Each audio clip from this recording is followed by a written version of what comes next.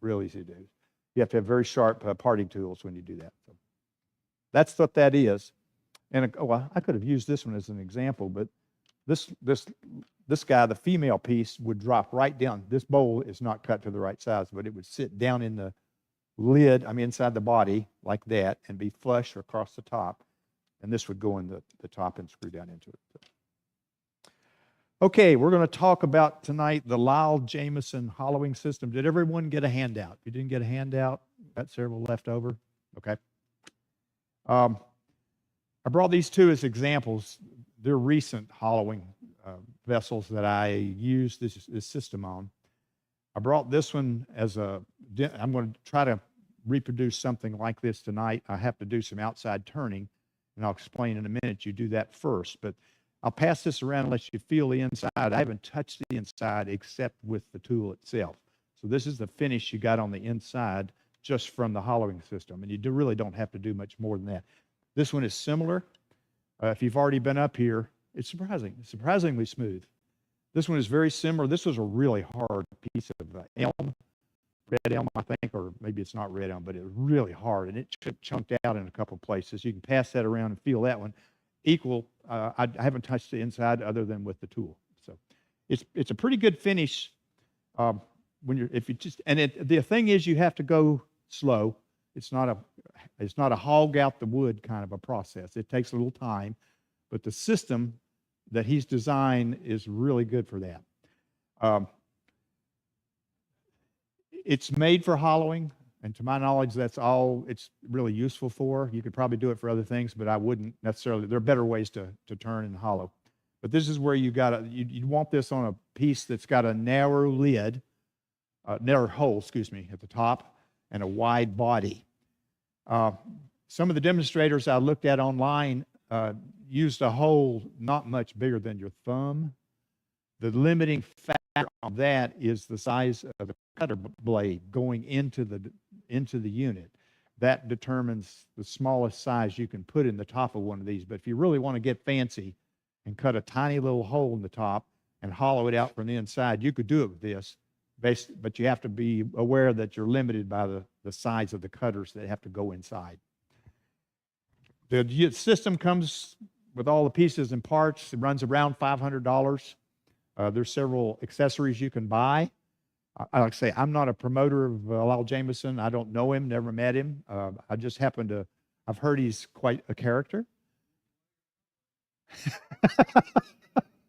That's what I've heard, yep. Okay. Oh, Richard has the same experience, I believe. Yeah. So I'll endorse. I'll support him in his tool making, but not necessarily his friendship. There are obviously several other systems available. I bought this one used. It seemed to work well with me. It made a lot of sense, and it's friendly for me to use, so I'm going to stick with that for a while. I don't do many hollow forms like this, but it's been good for that.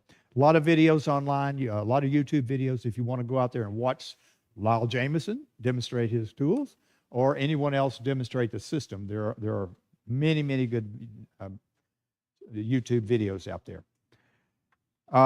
Basic components. This piece right here is your base plate. It's called for the backrest. It fits. It fits on your lathe, and this piece has one of those catches underneath that locks it to your bedway. This is, you have to make sure you get the right one for your lathe. It has to do with the width of the gap here and the thickness of the metal, and also you have to specify that, and they send you the right one, so I didn't have to worry about that. But that attaches to the bed. On top of that is this D-ring, I call it. This is not the D-ring. This is the backrest. It's a support. This is solid steel, steel bars with a gap in the center. This thing locks onto here with a Allen screw or set screw. It's made with one short side and one long side. And that's deliberate because sometimes you need your tool more on this side with the hook going in. Sometimes you need it more on this side coming in straight. So you can vary that a little bit. This will be locked tight while you're working so it doesn't move on you. But this is the horizontal support for the D-ring. This is the main part of the device, and I should not have put this on there yet because I'm going to run out of room here. Get all this superfluous stuff out of the way. Oh, by the way, this is just, I brought this just as a, sometimes we talk about simple devices that do phenomenal work. This is a piece of 1-inch square that I drilled a hole through, put a dowel through, and you can use this to measure the depth of your bowls and see exactly where you are. You put it in the bowl like this till it bottoms out, push that up tight, slip it up here, and you can see exactly where the bottom of your bowl is. It's really simple, dirt cheap, but it works. It works great. This is the working part of the machine. This is the boring bar. It's solid steel. The support back here is solid steel. It fits in here like this, and this D-ring has a specific design.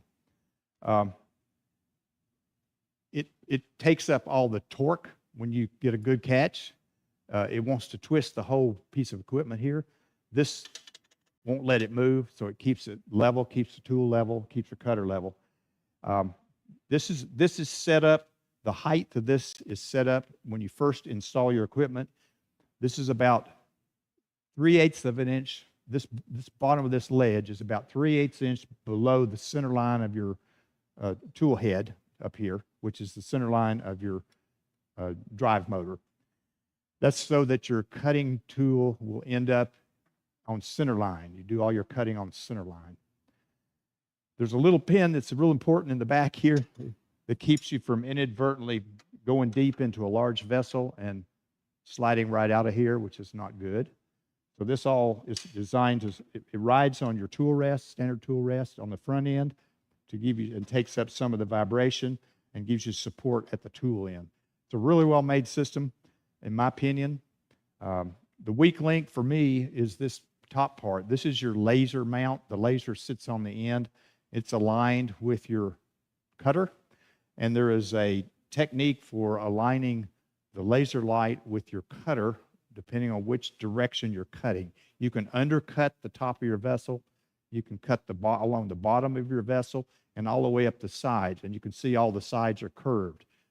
You have to change the cutter orientation for those different positions, and you have to realign the laser light with each of those, and we'll talk about that a little bit more later, because the laser needs to be exactly perpendicular to where the cutter makes contact with the wood.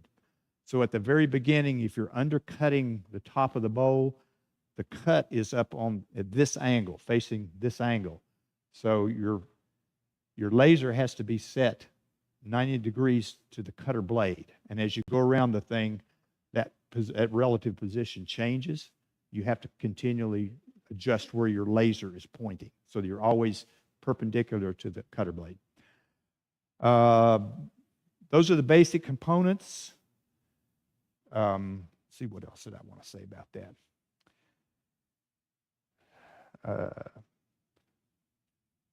The tool rest gets set up to where the end of your cutting bar is at center. And that stays pretty much the same the whole time you're working. This dimension back here stays the same. And you have to make sure this is aligned, oriented, level with your lathe bed.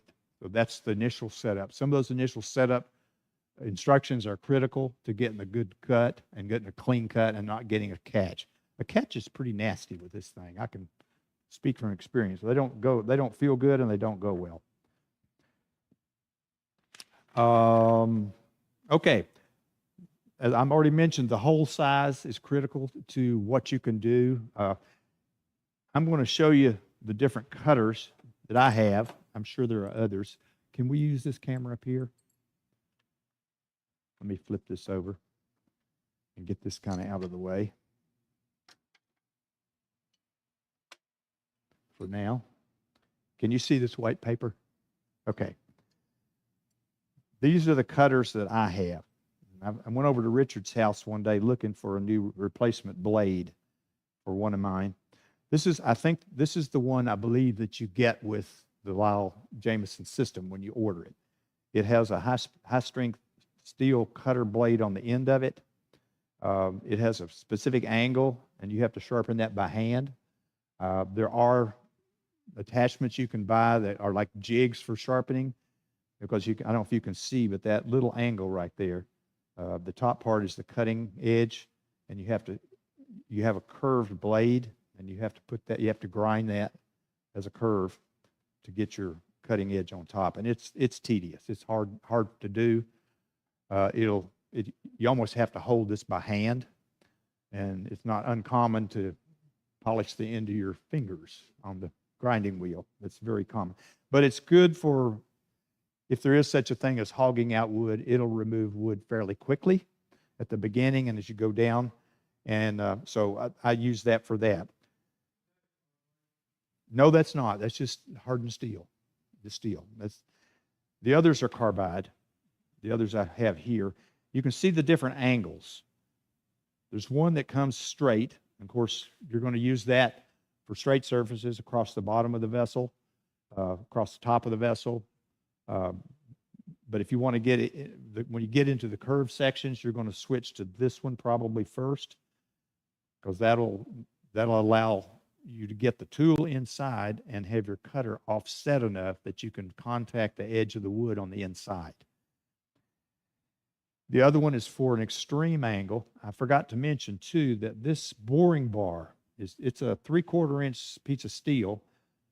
The tools go in the end.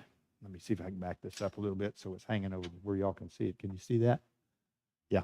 The tool heads go in the end of this. And they have a flat surface, and they're locked in place with a set screw. The other end of this boring bar is similar. It will accept a tool, but instead of the hole being directly in from the end, it is cut at an angle like this. Still has a set screw, but that gives you even more extreme deviation from straight on with a piece similar to this. So it's held in place at an angle like that, and then that means you can undercut, almost make a round lid, that kind of goes in on itself, but it gives you the most extreme angle for cutting. But that's on the other end of this bar. It's locked in here right now. I only use this one, but you just take it out and reverse it, and you can see there's a hole in the other end, but it's cut through the metal this way. They also, what's that?